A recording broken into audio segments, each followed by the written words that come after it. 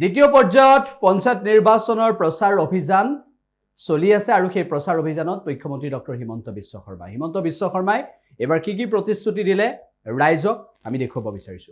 Ration card 1 অক্টোবৰৰ পৰা আমি কম দামত দালি দিম, নিমখ দিম আৰু চেনিও দিয়াৰ ব্যৱস্থা আমি আৰম্ভ কৰিম।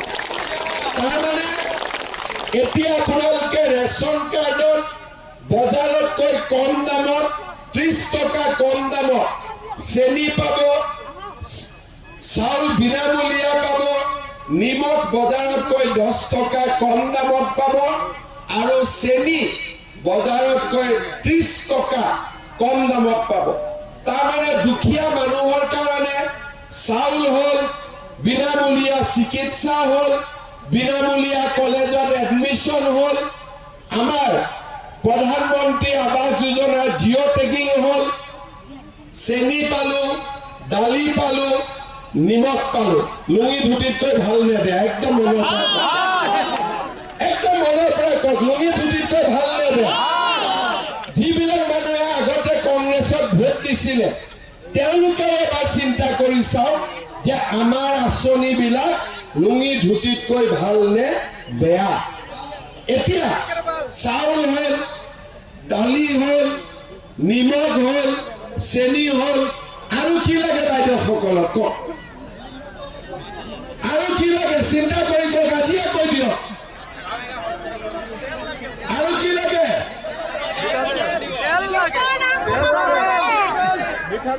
মিঠাতেল,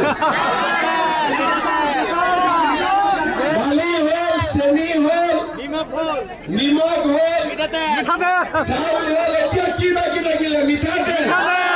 এতিয়া 1 মিনিট মই আৰু এটা কৈ আছো, মিঠাতেলৰ লগতে আমাৰ আটাইতকৈ কষ্ট হৈছে যে এটা গেছৰ চিলিণ্ডাৰত 1050 টকা লাগে।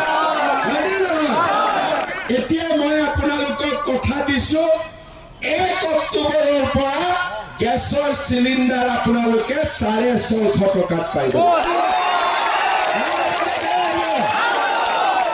আৰু এটা কথা লগত কওঁ, যিসকলৰ প্ৰধানমন্ত্ৰী উজ্জ্বলা যোজনাৰ কাৰ্ড আছে তেওঁলোকে গেছৰ চিলিণ্ডাৰ 250 টকাত ঘৰত পাই যাব। ভাল হ'ব নে বেয়া হ'ব?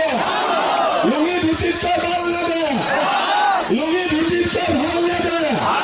শ্ৰদ্ধা ৰাইজ চিন্তা কৰক, বিনামূলীয়া চাকৰি, বিনামূলীয়া চাউল, নিযুত মহিলা যোজনা, আমাৰ আয়ুষ্মান ভাৰত, আয়ুষ্মান অসম, অৰুণোদয়, বিনামূলীয়া কলেজত এডমিশ্যন, দালি, নিমখ, চেনি, গেছৰ চিলিণ্ডাৰ, ধুতি লুঙিতকৈ ভাল নে বেয়া?